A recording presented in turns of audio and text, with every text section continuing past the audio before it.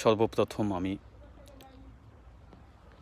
তথাগত সম্যক সম্বুদ্ধকে বন্দনা জানাচ্ছি। এই পৃথিবীতে আগত অনাগত পরম পূজনীয় ভিক্ষু সংঘকে আমি বন্দনা জানাচ্ছি। আজ শুভ আষাঢ়ী পূর্ণিমা। এই আষাঢ়ী পূর্ণিমা তিথিতে কত স্মৃতি আমরা ফেলে এসেছি। আমরা প্রবাসে থাকি, কিন্তু আষাঢ়ী পূর্ণিমাটা আমরা ঠিকমতো উদযাপন করতে পারি না কাজের ব্যস্ততায়।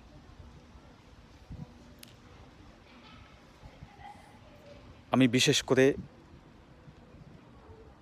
বন্দনা নিবেদন করছি আমাদের ফ্রান্সের পরম পূজনীয় প্রজ্ঞাবংশ মহাতেরো মহোদয়কে, পরম পূজনীয় ডক্টর বর্ষমুদি মহাতেরো মহোদয়কে বন্দনা নিবেদন করছি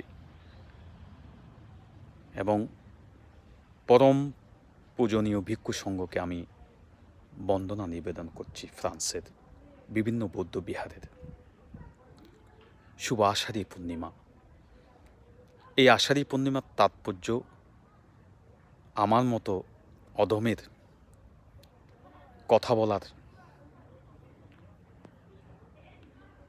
প্রয়োজন আমি মনে করি না, কারণ আমি একজন বৌদ্ধ, সাধারণ বৌদ্ধ জ্ঞান মতে আমরা বসবাস পালন করি উপসতের মাধ্যমে।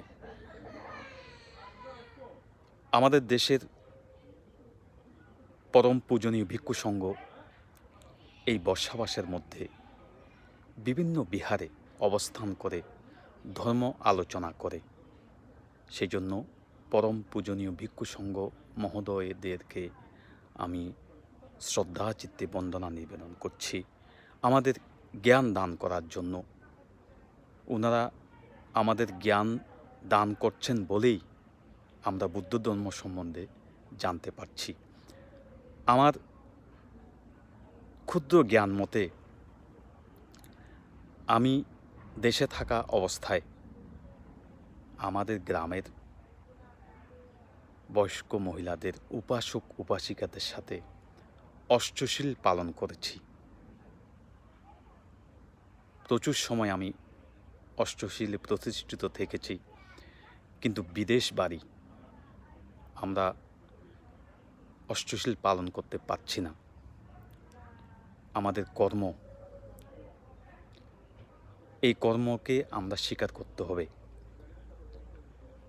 বর্ষাবাস ব্রত সমস্ত পরম পূজনীয় ভিক্ষু সংঘকে আমি বন্দনা নিবেদন করছি। আবারও উপাসক উপাসিকাদের প্রতি আমি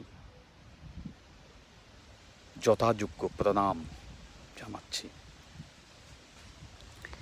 এই 3 মাস আমরা খুব সুন্দর করে পালন করি। এই 3 মাস বর্ষাবাসের পর আমরা শুভ দানোত্তম কঠিন শিব দান নিয়ে আমরা অনেক আনন্দ করি। এই 3 মাসটা আমাদের তথাগত সম্যক সম্বুদ্ধ বেঁধে দিয়েছেন বিভিন্ন নিয়ম শৃঙ্খলার মধ্যে থাকার জন্য। আমরা চেষ্টা করি, বৌদ্ধরা চেষ্টা করি 3 মাস অন্ততপক্ষে এই নিয়ম শৃঙ্খলাগুলো পালন করার। আমার সবচেয়ে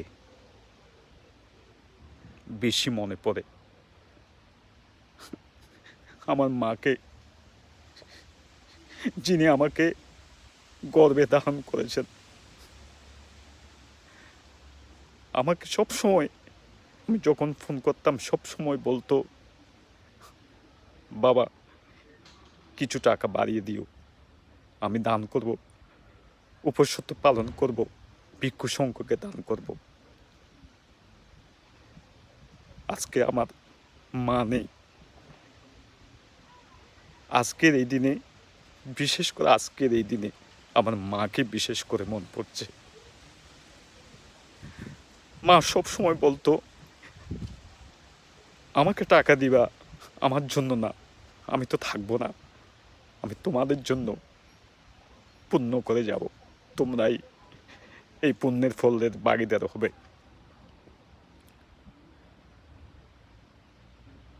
আমি সমস্ত বাবা মাদের প্রতি বিনম্র চিত্তে প্রণাম জানাচ্ছি। সমস্ত বাবা মা সুস্থ থাকুক। আমরা প্রবাস জীবন, এই প্রবাসে থেকে কেউ মা বাবাকে দেখতে পারে না ভালো করে। এই জন্য বলছি, মা বাবা যতদিন বেঁচে আছে অন্ততপক্ষে মা বাবার খবরটা আপনারা নিন। প্রবাসে পড়ে থাকলে হবে না। যখন মা বাবা থাকবে না, যখন আমার মতো এতিম হয়ে যাবেন, তখনই মনে পড়বে মা বাবা কী জিনিস। আমি এই শুভ আষাঢ়ী পূর্ণিমার তিথিতে পরম শ্রদ্ধেয় পূজনীয় ভান্তেদের চরণতলে আবারও বন্দনা জানাচ্ছি। শুভ আষাঢ়ী পূর্ণিমার মৈত্রীময় শুভেচ্ছা জানাচ্ছি সবাইকে। সবাই ভালো থাকবেন, আশীর্বাদ করবেন, আমরা যেন সবাই ভালো মতে চলতে পারি, ভালো মতে নিরাপদে সুস্থ থাকতে পারি। আমি সবার, পৃথিবীর সবার নিরাপদ, নিরোগী, সুস্থ জীবন কামনা করে শুভ আষাঢ়ী পূর্ণিমার মৈত্রীময় শুভেচ্ছা জানাচ্ছি সবাইকে। ধন্যবাদ, সবাই ভালো থাকবেন।